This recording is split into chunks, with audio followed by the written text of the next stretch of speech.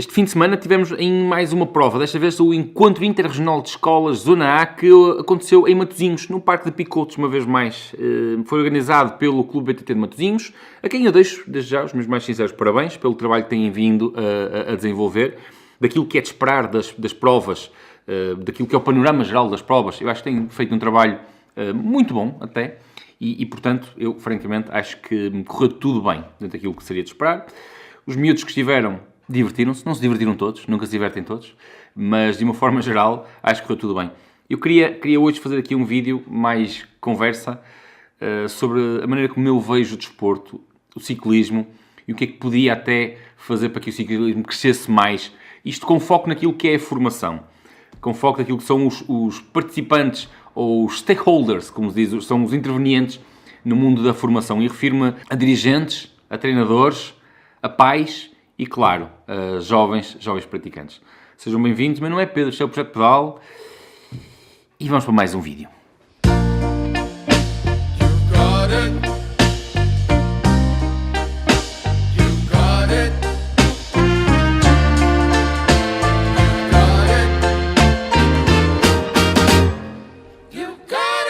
No passado dia 14 de fevereiro, pelas 21 horas, houve uma reunião online promovida pela Federação Portuguesa de Ciclismo, que era para apresentar o regulamento de escolas. É, regulamento das escolas de ciclismo. Provas nacionais, interregionais e regionais. Versão aprovada em reunião de direção em 30 de 12 de 2023 e alterada a 5 de 2 de 2024. E é isto que eu tenho aqui na minha mão. É isto aqui que eu faço questão de ler todos os anos, precisamente para saber as alterações que existem, e vou-vos só dar aqui um exemplo. Quando vocês veem vermelho, são novas alterações. Quando vocês veem pretos e vermelhos, o preto é o que já estava do ano anterior, o vermelho são então a introdução das alterações. E este ano foram feitas introduções de alterações, com as quais, na sua maioria, eu enquanto formador não concordo. E até deixem-me só colocar aqui uma questão. Nesta mesma reunião, uma reunião que se realizou online, a determinada altura, foi apresentado o programa e depois é colocado aqui um espaço, um tempo, para as pessoas colocarem questões. E eu fui um daqueles que no Teams levantei a mãozinha, que é como quem diz, quando estamos na escola, a dizer, quero falar, a seguir sou eu. Mas depois da intervenção de um colega meu, colega treinador, e eu ouvir a explicação, eu simplesmente saí da reunião. Eu não estava ali a fazer nada. E, na verdade, eu acho que nem eu, nem nenhum dos meus colegas estávamos lá a contribuir absolutamente com nada. E parte do problema na formação passa precisamente com isto. Aliás, não é só na formação, eu acho que em muitos aspectos, nós não estamos ali a fazer nada. Isto porque nós, ou pelo menos eu, como tendo uma escola de ciclismo, os colegas que têm escolas de ciclismo, e quem eu sondei, eu perguntei o quê? Eu perguntei, vocês foram, de alguma forma, questionados ou sondados sobre estas novas alterações, sobre estas novas introduções? Ou seja, para perguntar o que é que vocês acham, para perguntar se vocês têm ideias sobre a direção que se deve dar ao ciclismo. E todos aqueles a quem eu perguntei me disseram não, ninguém foi sondado. Tanto que, quanto nós sabemos, ninguém foi sondado. A Federação, com os seus técnicos, com os seus gabinetes, decidiram estas alterações, colocaram-nas e ponto final.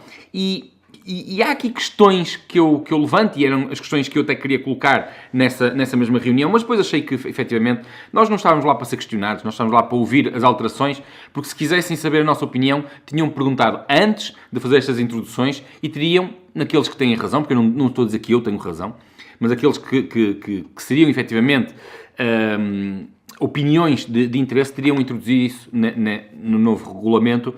Mas a questão que eu queria colocar era: quais são os fundamentos para as novas alterações? Observou-se isso com sucesso noutras federações? Observou-se que efetivamente isso trouxe sucesso? Tem a ver com questões cognitivas, motricidade para os miúdos? Quais são os parâmetros? Há base científica para isso? E mesmo estas introduções, quais são os parâmetros de sucesso? Ou seja, é o seguinte, quando nós introduzimos uma alteração, supostamente aquilo deve levar a um determinado destino. Para levar a um determinado destino, para ter um resultado qualquer, nós temos que determinar quais são os parâmetros de sucesso. E nada disso foi apresentado. E, portanto, basicamente eram aqui algumas questões que eu queria perguntar, e achei que não fazia sentido nenhum eu perguntar, porque porque acho que se as pessoas quisessem realmente saber, tinham perguntado antes se nós que somos os agentes do terreno, nós que somos os formadores, ou seja, eu falo nós, aqueles que trabalham na formação, que vão às escolas, que procuram miúdos, que captam miúdos, que dão formação aos miúdos, que depois alimentam as provas desportivas e o desporto e o alto rendimento que vem a ser depois, somos nós, os agentes do terreno, que, na minha opinião, devíamos ter uma palavra a dizer, devíamos pelo menos ser consultados. Eu não vou dizer anualmente, mas de 2 em 2 anos, de 4 em 4 anos, em cada ciclo olímpico, para promover estas ditas alterações. Mas a verdade é que isso não acontece. Não acontece, pelo menos, numa perspectiva, eu diria, democrática. Ou seja, se alguém participa, não participamos todos. Isso é certo. Eu não participei. As pessoas que eu consultei, e eu confio nas pessoas que eu consultei, disseram que também não foram consultadas. Mas, basicamente, deixem-me falar-vos aqui sobre um bocadinho o que é, como é que acontece uma prova na perspectiva de formação atualmente e que foram introduzidas aqui algumas alterações. Uma alteração, deixem-me cá ver, é os miúdos que fazem gincana, e a gincana é quando os mais pequenos têm que fazer obstáculos. E então houve uma alteração significativa, que é os miúdos agora têm que arrancar ao lado da bicicleta. Exatamente. Em vez de estarem montados em cima da bicicleta, como acontece nas provas de ciclismo, em que o ciclista está em cima da bicicleta e carrega no pedal para andar para a frente, os miúdos agora têm que arrancar ao lado da bicicleta. É daquelas coisas que eu francamente não percebo porquê, mas também ninguém fez questão de explicar efetivamente onde é que se foi buscar esta ideia, portanto, já perdi o interesse de perguntar também, mas agora é isso. O grande problema das provas hoje em dia, e que aconteceu em Matosinhos, e que acontece em qualquer prova que seja oficial na parte das gincanas, e quando eu digo que aconteceu em Matosinhos, não é culpa do clube organizador, é o modelo que está desenhado desta forma, e na minha opinião está errado, está completamente desatualizado. Ora bem, nós temos, vamos imaginar, 50 miúdos para fazer a gincana, se cada miúdo demorar ali 1 minuto e meio a fazer a gincana, os outros estão este tempo todo à espera. Acontece que em Matosinhos houve uma coisa que foi introduzida, a meu ver, positivo, das poucas coisas positivas, pode ser substituída uma manga de gincana, porque os miúdos têm que fazer 2 mangas, os mais novos, pode ser substituída uma manga de gincana por uma prova de sprint. Ou seja, o sprint é o miúdo vai sozinho, como se fosse uma prova de contrarrelógio, pequenitos, acaba por ser muito giro, muito, muito fofo, e eles vão fazer a prova e cada um registra o seu tempo, não é? Da mesma forma que a gincana registra-se o tempo, o vencedor é o mais rápido e o que tiver menos penalizações. Uma penalização é feita quando o miúdo não faz bem um obstáculo, ou derruba um dos obstáculos, leva uma determinada penalização. Ou quando põe um pé no chão, também leva penalização. A questão que se quer, e a questão que me debate aqui ideologicamente, é que quer-se que isto seja pedagógico.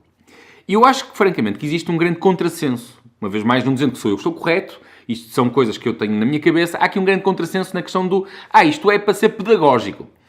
Porque se é para ser pedagógico, então os resultados deviam ser só por concluiu com sucesso a gincana, não concluiu com sucesso a gincana. E não devia então ser cronometrado. Ok? Vocês dizem assim, mas se não for cronometrado não há vencedor. Mas então nós estamos aqui à procura de vencedores ou estamos à procura de pedagogia?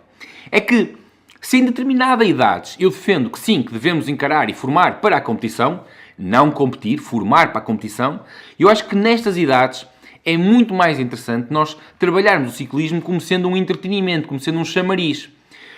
Mas quando nós colocamos crianças de 6, 7 anos durante 1 hora e meia numa fila para depois terem uma prova de 1 minuto e meio, eu pergunto como é que isto é pedagógico e, em segundo lugar, como é que isto é atrativo para manter as crianças no ciclismo.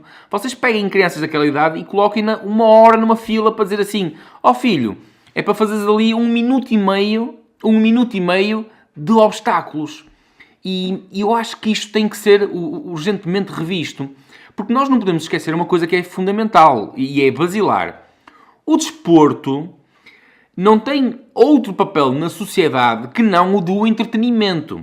Se bem que o ciclismo, na minha opinião, é bem mais do que entretenimento, porque a capacidade da bicicleta vai muito além daquilo que é o desporto e, portanto, existe aqui um valor extra em nós conseguirmos agarrar crianças e jovens à bicicleta. É depois o impacto que isso terá na sociedade de uma forma geral. Reparem, num tempo em que nós enchemos a boca para falar em alterações climáticas, em sustentabilidade, em vez de valorizarmos a relação das crianças com a bicicleta, valorizarmos até mesmo a nível comunitário, municipal, internacional. Não, nós não estamos a fazer isso. Nós estamos a olhar para a bicicleta. E para aquela que é, para mim, uma das entidades com maior responsabilidade na relação com a bicicleta, estamos a olhar de uma perspectiva única e exclusiva relacionada com competição. E, portanto, há aqui uma grande falta de coerência. E esta falta de coerência vem única e exclusivamente por uma falta de estratégia a longo prazo. As faltas de estratégias estão sempre relacionadas com uma falta de uma métrica que identifique, por exemplo, um grau de sucesso. Isto é fácil de perceber. Por exemplo, nós podemos definir grau de sucesso por, na nossa vida, eu tenho que ser promovido, tenho que chegar àquele posto. Para chegar àquele posto, tenho que fazer isto, aquilo. Ora bem, eu quero ganhar mais dinheiro, mas para ganhar mais dinheiro, o que é mais dinheiro? Eu hoje ganho 1.000 euros, quero ganhar 1.500 daqui a 4 anos e quero ganhar 2.000 daqui a 8 anos. Estou a falar aqui, não é? E nós conseguimos perceber se ao fim de 4 anos atingimos o sucesso ou não. Se ao fim de 8 anos atingimos o sucesso ou não. Ou seja, nós temos que estabelecer métricas objetivas para percebermos se nós atingimos o sucesso ou não. Quando nós não estabelecemos este tipo de compromisso, é fácil andar simplesmente por aí a navegar. E, portanto, no que diz respeito ao ciclismo, a utilização da bicicleta, na minha opinião, está exatamente nesse patamar. Eu olho para a formação de uma forma muito mais abrangente do que nós estamos simplesmente a escrutinar crianças para ver que atletas é que nós tiramos dali. Eu, pelo menos no meu projeto, no projeto pedal, eu sei que isto não agrada a todos e por isso é que se calhar algumas pessoas se afastam do projeto, não leva a mal. Já estou como o Miguel Milhão costuma dizer que a Prozis não é para todos. Eu costumo dizer também, o projeto pedal não é para todos, porque eu sei que as pessoas não se identificam todos com esta cultura e eu acho até positivo que cada um procura aquilo com que se identifica.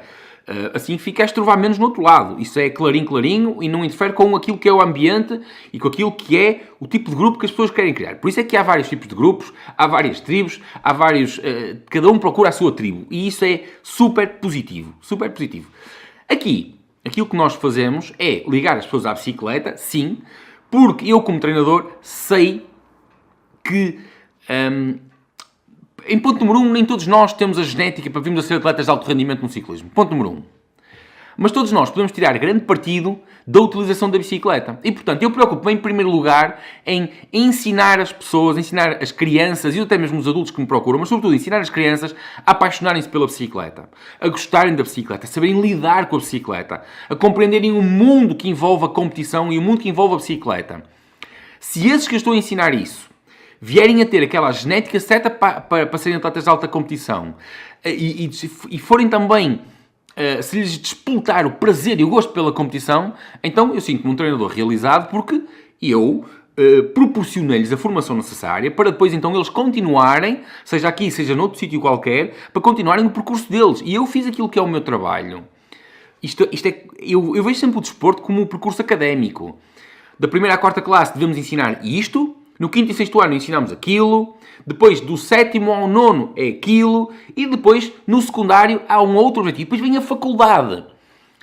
E a verdadeira vida vem para depois da faculdade. Nós podemos fazer todo um percurso académico até ao mestrado, e depois saímos para o emprego e não temos emprego, e então a formação não nos serviu para nada. Ou porque nós não temos efetivamente competências emocionais, ou porque a formação não nos deu as competências para desenvolver aquela atividade, ou porque nós não gostamos simplesmente da atividade para a qual nós nos formamos. Isto acontece tantas vezes.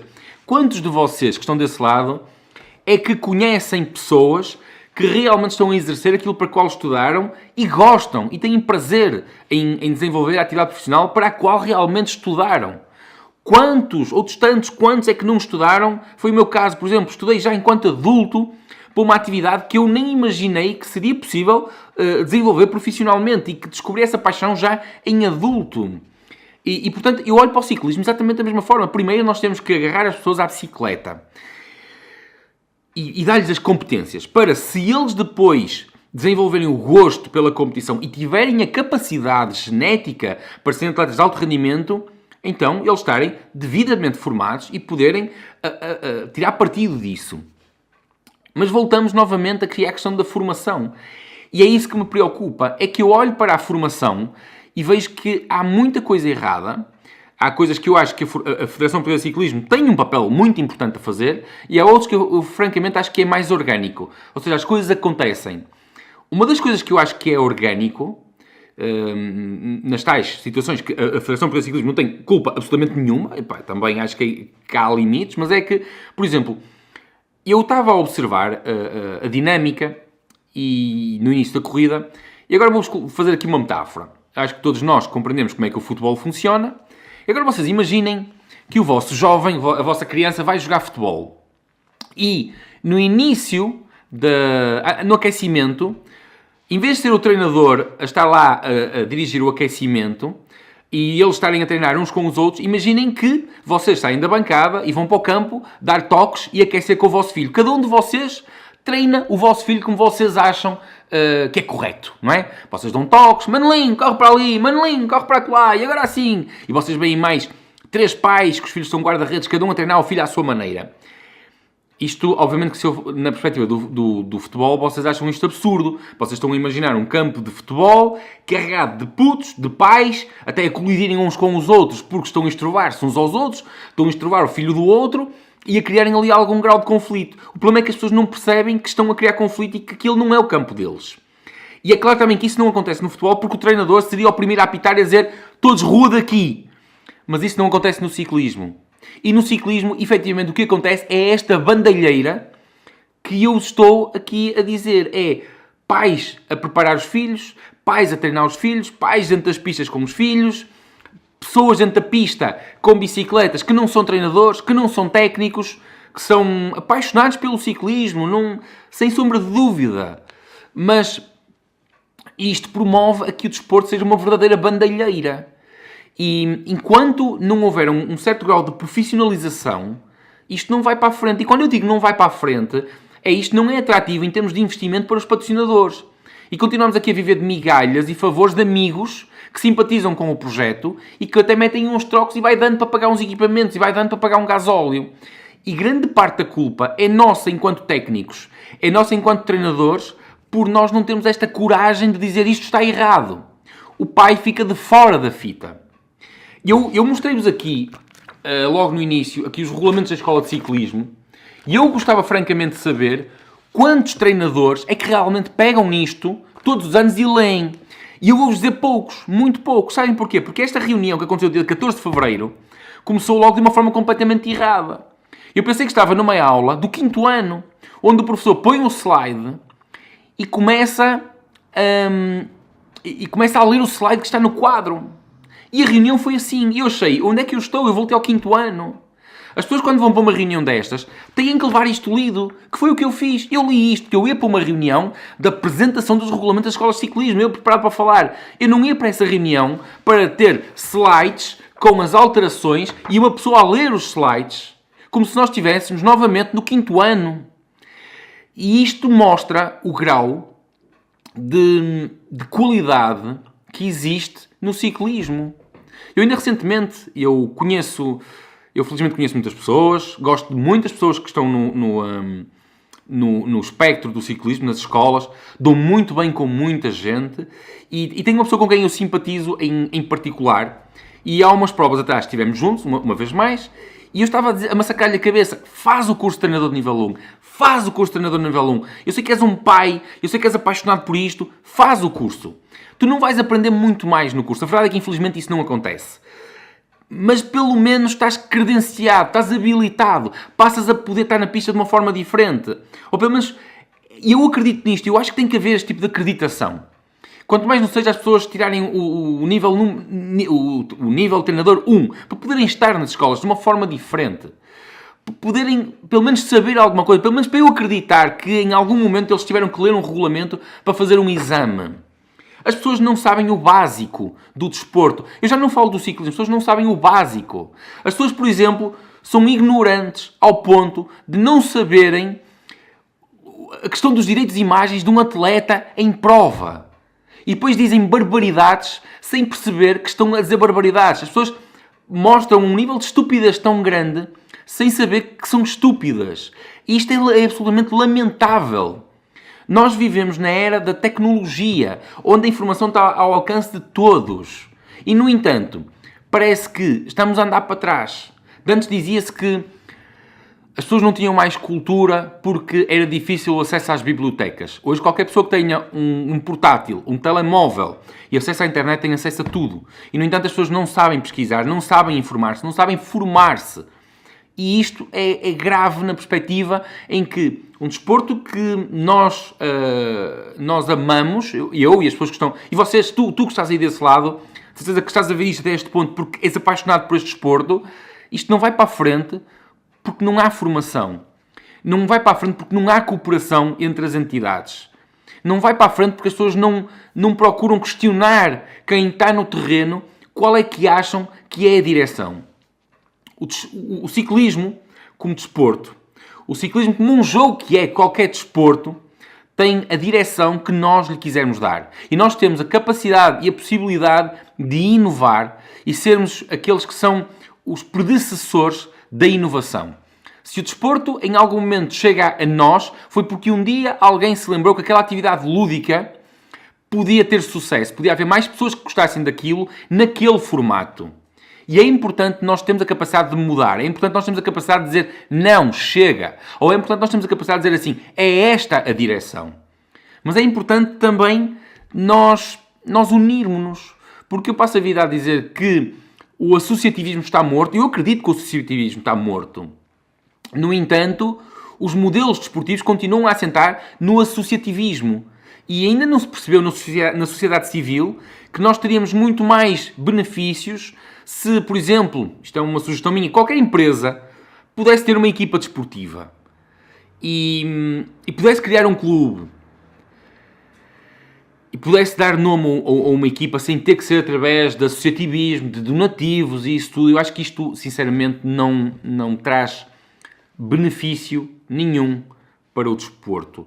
E a começar logo naquilo que são as camadas jovens. Há coisas que é preciso rever com urgência porque estão cada vez mais atrativas, quer para as novas gerações que mudaram imenso, quer para as gerações que já cá estão, no meu caso, e começa-se um bocadinho aqui a perder o interesse porque isto não muda, as pessoas não querem mudar ou não há interesses pessoais ou coletivos e nós começamos a chegar aqui a um ponto em que dizemos, ora bem, parece que toda a gente está bem, só eu é que não estou. Portanto, sou eu que estou mal, sou eu que me retiro. E, no fundo, acaba por ser assim. Não é porque as coisas sempre foram assim que têm que continuar assim. Quando me respondem, mas isto sempre foi assim, isto sempre foi histórico. Lembrem-se de uma coisa muito importante, ou pensem numa coisa muito importante. Nós já travámos batalhas com baionetas. Okay? E não é por isso que as batalhas continuam a ser travadas com baionetas. As coisas evoluem. Nós temos que olhar para a sociedade de uma forma mais atual, mais contextualizada, perceber o que é que as gerações precisam e querem e estar de acordo com isso.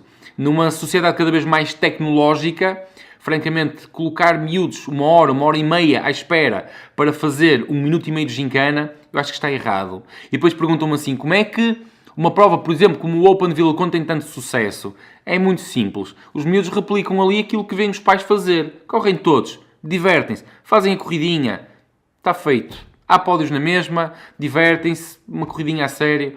Eu sei que a parte da gincana é muito interessante e importante na perspectiva de motoricidade, de desenvolvimento com a bicicleta, mas eu acho que se nós conseguirmos avançar isso não vai deixar de ser feito. E as crianças não vão deixar de ter essa motricidade, esse desenvolvimento cognitivo em cima da bicicleta. Acho até exatamente o oposto. É que se nós tornarmos isto mais dinâmico, mais divertido, vamos chamar mais crianças para a competição. É só um desabafo de quem ainda tem a prova de muito fresca na cabeça. Vá lá. Um grande abraço a todos. Eu por hoje fui.